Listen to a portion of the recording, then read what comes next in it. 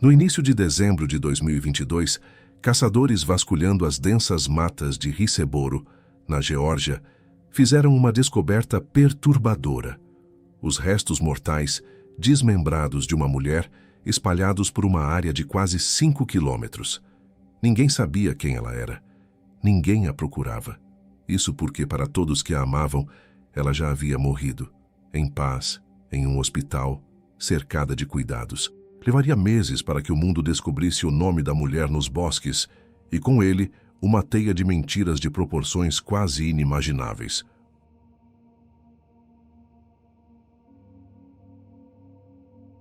Por volta das 17 horas, 2 caçadores que integravam o Portal Hunting Club, uma instituição de caça localizada em Hillsboro, na Geórgia, faziam sua patrulha habitual com o auxílio de cães.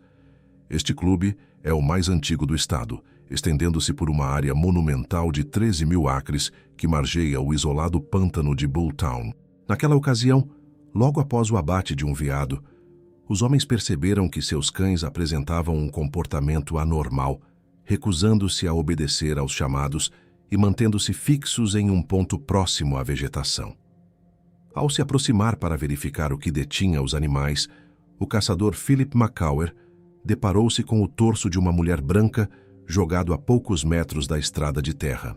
A imagem era tão impactante que McCauer afirmou posteriormente que sua primeira impressão foi a de que se tratava de um manequim, pois o corpo não parecia algo real naquele cenário desolador. As forças de segurança e peritos do Departamento de Investigação da Geórgia chegaram à cena do crime aproximadamente às 17 horas do mesmo dia. A mata era densa e a ausência total de iluminação dificultava as buscas com a chegada iminente da noite. Nas imediações onde o torso foi localizado, os peritos recolheram objetos fundamentais para a investigação. Uma tina plástica preta de grande porte que estava virada para baixo no solo da floresta e uma faca de marca Milwaukee, caracterizada pelo seu cabo de cor vermelha e uma bainha preta. Além desses itens, os policiais encontraram mais de uma dúzia de lenços desinfetantes umedecidos que haviam sido descartados pela área. O detalhe que mais chamou a atenção dos investigadores foi a limpeza absoluta de tais objetos. O responsável pelo crime higienizou cada item, não deixando qualquer vestígio de DNA que pudesse levar à sua identificação imediata. Durante os 5 dias que se seguiram à descoberta inicial, as equipes de busca localizaram o restante dos restos mortais em um raio de 5 quilômetros. No dia 5 de dezembro, uma perna direita foi achada após um caçador notar um abutre, sobrevoando um ponto específico da floresta. Pouco tempo depois, um cão farejou e encontrou a perna esquerda da vítima. A busca encerrou-se em 7 de dezembro, quando os investigadores encontraram a cabeça da mulher enterrada propositalmente sob as raízes de uma árvore que apresentava sinais de escavação recente. O laudo necroscópico apontou como causa da morte um traumatismo craniano severo, resultante de pelo menos 9 golpes brutais contra o crânio. O corpo também exibia ferimentos defensivos nos braços e cortes na região abdominal, com indícios claros de que ferramentas elétricas teriam sido empregadas para realizar o desmembramento da vítima.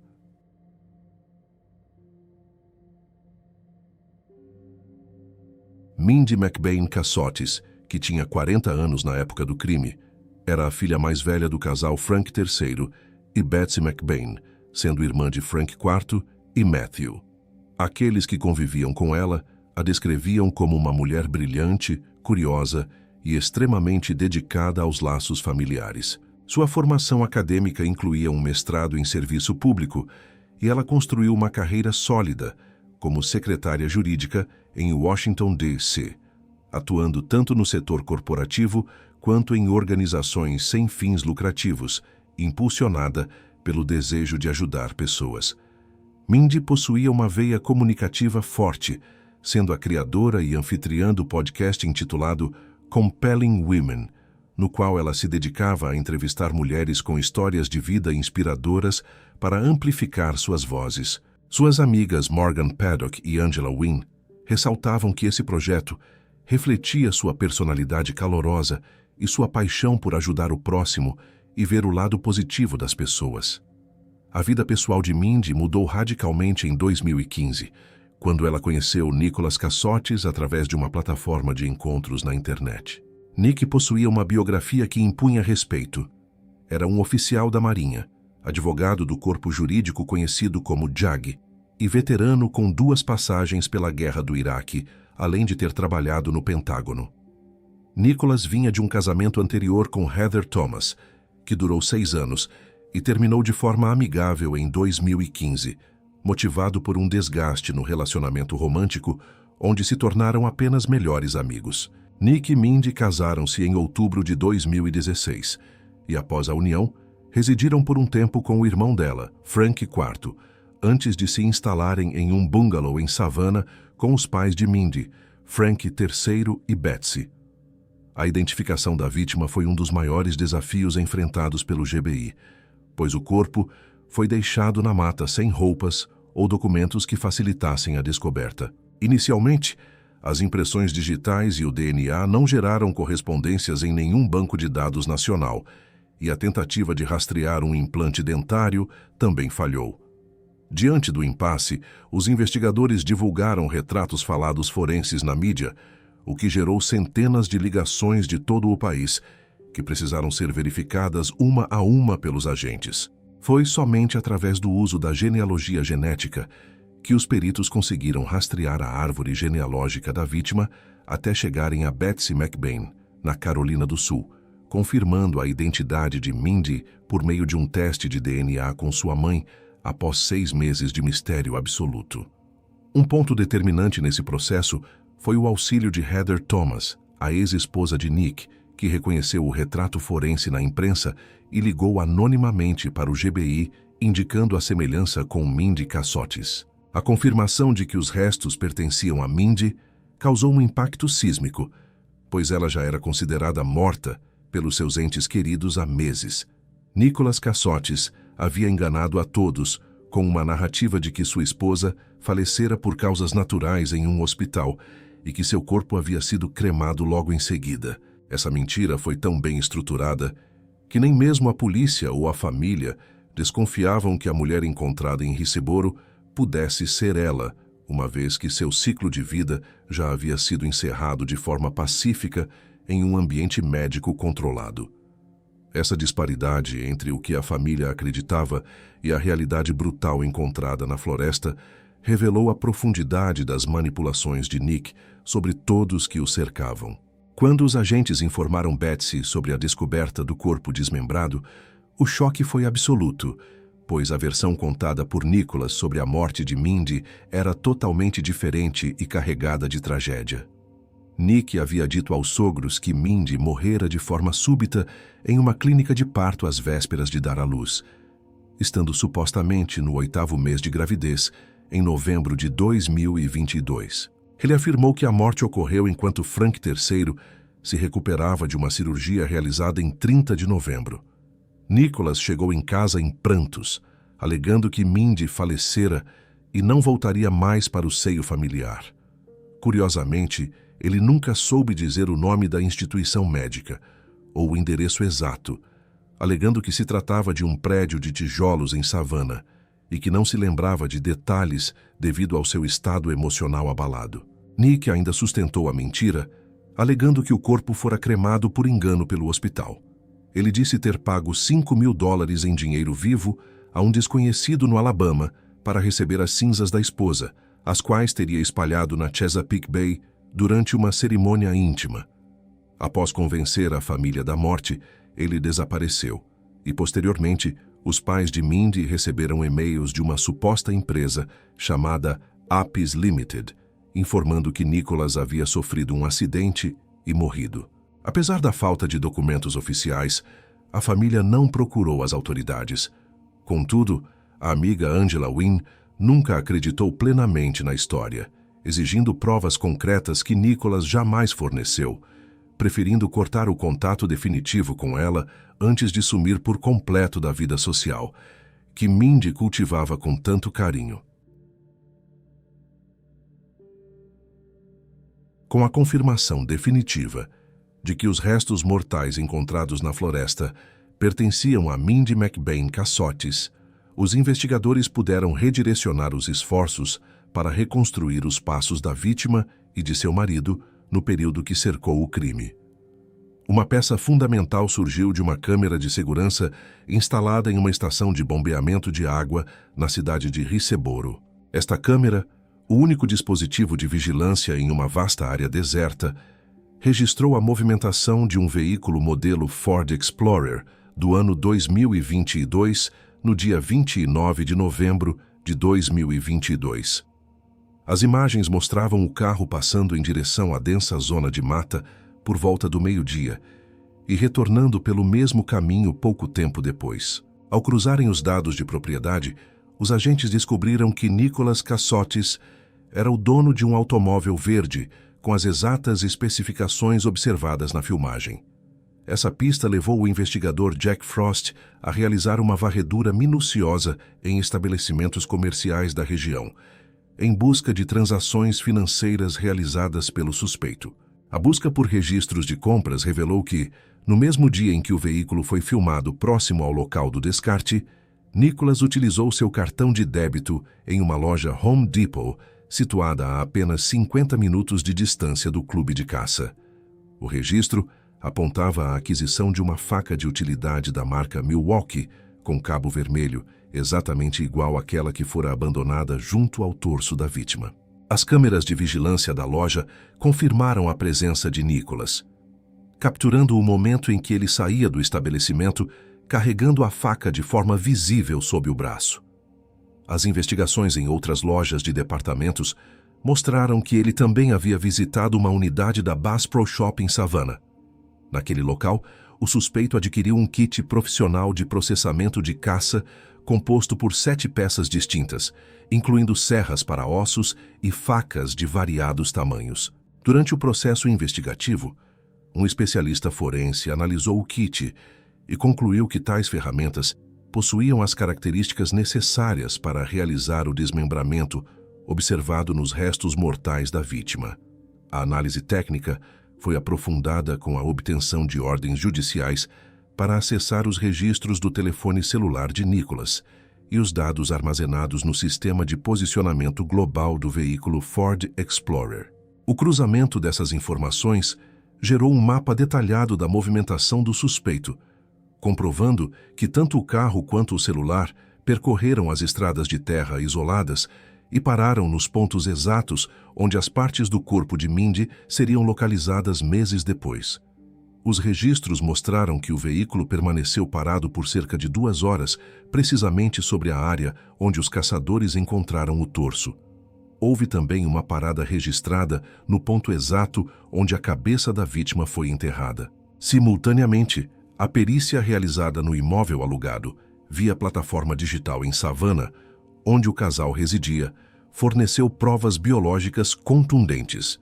O uso de reagentes químicos no piso e nas paredes indicou que o ambiente havia passado por uma limpeza rigorosa para remover vestígios de sangue. No entanto, uma mancha de sangue que penetrou profundamente no tecido e no colchão de um futon foi detectada mesmo a olho nu. Os testes laboratoriais confirmaram que o material genético pertencia a Mindy. Pela posição da mancha, os peritos determinaram que a vítima estava em uma posição sentada quando sofreu os primeiros ataques na cabeça.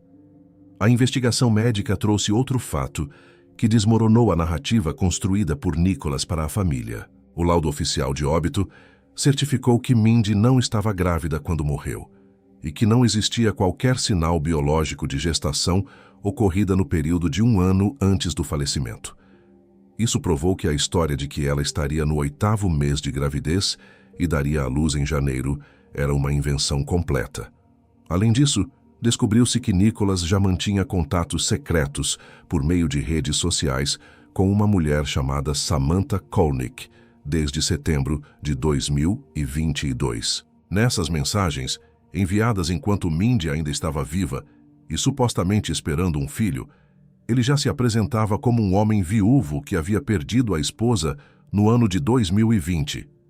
Em maio de 2023, Nicholas foi localizado no estado da Pensilvânia, onde vivia sob a falsa identidade de Nicholas Killian James Stark, junto à sua nova esposa. Ao ser levado para interrogatório na Geórgia por agentes federais, sua aparência estava drasticamente alterada, apresentando-se desgrenhado e com uma barba descuidada, em nada lembrando o advogado militar polido de outrora. Durante as sessões de depoimento, ele sustentou uma história fantástica sobre um suposto agente do Departamento Federal de Investigação chamado Jim McIntyre. Nicholas alegou que, desde o ano de 2017, ele e Mindy eram alvos de ameaças de morte, vandalismo patrimonial e roubos cibernéticos em suas contas bancárias. Segundo seu relato, McIntyre teria revelado que a perseguição era coordenada por um grupo criminoso internacional, devido ao seu antigo trabalho sigiloso no governo, e que até mesmo seu pai, Wayne Cassotis, estaria envolvido no complô. Nicholas afirmou que o suposto agente McIntyre assumiu o controle absoluto de sua rotina, ditando cada passo dado pelo casal, o que teria motivado a realização de 50 mudanças de residência em um intervalo de 3 anos para fugir dos perseguidores. Quando confrontado pelos investigadores para apresentar qualquer prova da existência desse agente, como fotografias ou documentos oficiais, ele afirmou que não possuía nada, alegando que as mensagens eram recebidas por números que mudavam constantemente. Para justificar a ausência de provas eletrônicas, Nicholas relatou uma série de incidentes, incluindo o arrombamento de seu carro, onde 2 computadores portáteis e um celular teriam sido roubados. Ele também descreveu um incêndio espontâneo em seu automóvel que teria destruído o dispositivo de posicionamento global e um cheque no valor de $860 mil que seria usado para comprar uma casa. Sobre os registros que o colocavam na cena do crime, Nicholas alegou que fora enviado aquelas coordenadas por McIntyre para entregar tinas com roupas a um desconhecido de cabelo ruivo. Os agentes confrontaram Nicholas com o fato de que as provas o colocavam no local exato do descarte, com a faca comprada por ele, mas o suspeito limitou-se a negar a autoria do crime. A investigação posterior revelou que o único homem com o nome Jim McIntyre na região de Savannah era um idoso que trabalhava com implantes dentários e não possuía qualquer relação com o caso.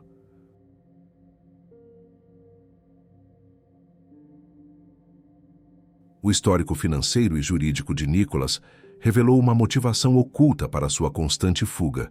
Após o divórcio de sua primeira esposa, Heather, em 2015, ele foi condenado judicialmente a pagar $1.500.000 para cobrir dívidas de hipoteca e custas legais.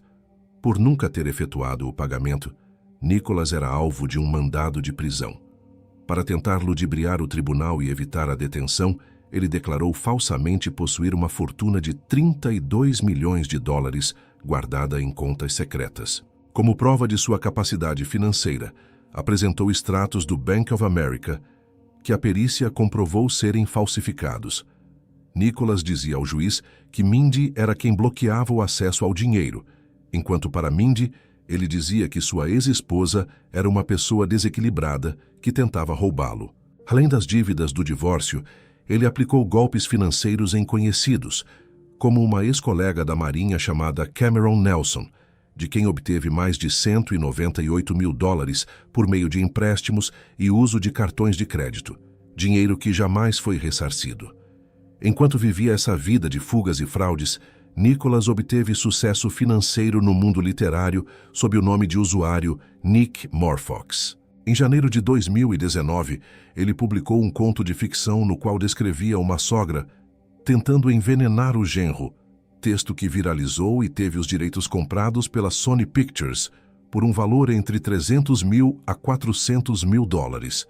Usando esse sucesso e a nova identidade de Stark, ele continuou a enganar Samantha Koenig, enviando-lhe uma carta de emprego falsa de uma empresa inexistente chamada Apis Limited e uma cópia adulterada de sua licença de motorista. Nicholas mudou-se definitivamente para Lancaster, na Pensilvânia, onde se casou com Samantha em 21 de abril de 2023, menos de 5 meses após ter assassinado Mindy. No registro do novo casamento, ele omitiu sua união com Heather e mentiu que sua segunda esposa havia morrido em 2020. Em fevereiro de 2024, ele foi formalmente indiciado por 12 crimes, incluindo homicídio doloso. Após a prisão, Samantha anulou o casamento e revelou que Nicholas demonstrava uma urgência incomum em ter filhos logo após a união. Durante todo o período que antecedeu o julgamento, Nicholas permaneceu sem apresentar uma única evidência documental que sustentasse a história do agente McIntyre. Apesar de possuir conhecimento técnico como advogado para solicitar tais provas. O julgamento criminal que definiria a responsabilidade de Nicholas Cassot pelo destino de sua esposa teve início formal em agosto de 2025, ocorrendo no Tribunal do Condado de Hinesville, no estado da Geórgia. Este processo judicial começou mais de 2 anos e meio após o assassinato de Mindy Cassot, transcorrendo em um ambiente de profunda comoção social. Nicholas Cassot, que anteriormente era visto como um advogado militar polido e oficial respeitado na Marinha, apareceu perante o júri com uma aparência física muito alterada em relação aos seus registros oficiais passados. Sua presença no tribunal foi marcada por um semblante desgrenhado e por uma atitude classificada por muitos observadores como distante. Em uma manobra processual pouco comum, a equipe de promotoria utilizou uma tática específica ao exigir que a defesa apresentasse sua declaração de abertura antes da acusação. O advogado Doug Weinstein admitiu posteriormente que essa estratégia da promotoria foi planejada com o intuito de desequilibrar a defesa psicologicamente logo nos momentos iniciais da sessão. Durante os argumentos de abertura, a equipe de defesa procurou retratar Nicholas não como um executor, mas como uma vítima de circunstâncias opressoras e externas. Doug Weinstein descreveu seu cliente como um veterano militar condecorado que teria passado anos de sua vida sob um estado de medo constante e paralisante. Segundo a linha argumentativa da defesa, Nicholas teria sido manipulado e controlado de maneira total por um agente misterioso que se identificava como pertencente ao Departamento Federal de Investigação. A defesa tentou consolidar a imagem de um herói que agia sob extrema coação para garantir a proteção de sua família, alegando que todas as falsidades narradas por ele foram ferramentas de sobrevivência. No entanto, a promotora Lori Beal confrontou essa narrativa ao exibir para os jurados as armas localizadas próximas aos restos mortais de Mindy. Beal alertou os membros do júri sobre o caráter perturbador dos detalhes que seriam apresentados durante o julgamento, com foco no processo de desmembramento da vítima. Ela exibiu a faca da marca Milwaukee, de cor laranja e cabo preto, reforçando que este objeto era da mesma marca daquela que Nicholas comprou em uma loja de departamentos. A fase de depoimentos foi marcada por relatos que expuseram a manipulação psicológica sofrida por Mindy e por aqueles que a cercavam. Betsy McBain, mãe da vítima, prestou um testemunho no qual descreveu o isolamento social severo enfrentado por sua filha. Ela relatou que Mindy vivia aprisionada pelo próprio temor, raramente cruzando a porta de casa por acreditar nas histórias de perseguição que Nicholas criava e sustentava. Betsy confirmou para o tribunal que Nick apareceu na casa da família na noite em que Mindy teria supostamente falecido em um estado de choro descontrolado, o que serviu para validar a mentira. Outro depoimento significativo veio de Cameron Nelson, que conheceu Nicholas durante o serviço militar na Marinha. Cameron relembrou a imagem de integridade que ele projetava, mencionando um episódio em que ele se ofereceu para cumprir uma missão militar em seu lugar após ela receber um diagnóstico de câncer. Contudo, essa percepção de nobreza foi substituída por uma realidade de exploração financeira, quando Cameron revelou que Nicholas utilizou seu cartão de crédito para acumular uma dívida que ultrapassava $198 mil, montante que ele jamais se preocupou em restituir. Samantha Koenig, a terceira mulher a se casar com Nicholas, trouxe uma perspectiva de horror ao descrever como foi enganada pelo réu. Ela explicou aos jurados que se casou acreditando na história de que Nicholas era um viúvo que havia perdido a família em 2020, sem saber que Mindy estava viva no início do relacionamento deles. Samantha descreveu seus sentimentos com palavras como traumatizada e violada ao compreender a extensão da rede de mentiras em que estava inserida. O julgamento foi marcado pela ausência do agente especial Tracy Sands, que faleceu de maneira súbita logo após o encerramento do processo.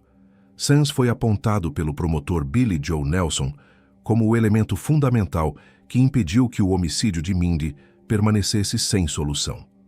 A promotoria apresentou um conjunto de provas técnicas que conectava Nicholas diretamente aos locais onde os restos mortais foram ocultados. Foram exibidas filmagens da estação de bombeamento em Risseboro, que capturaram o veículo de Nicholas em uma área deserta a menos de 1 quilômetro de onde o torso de Mindy foi achado.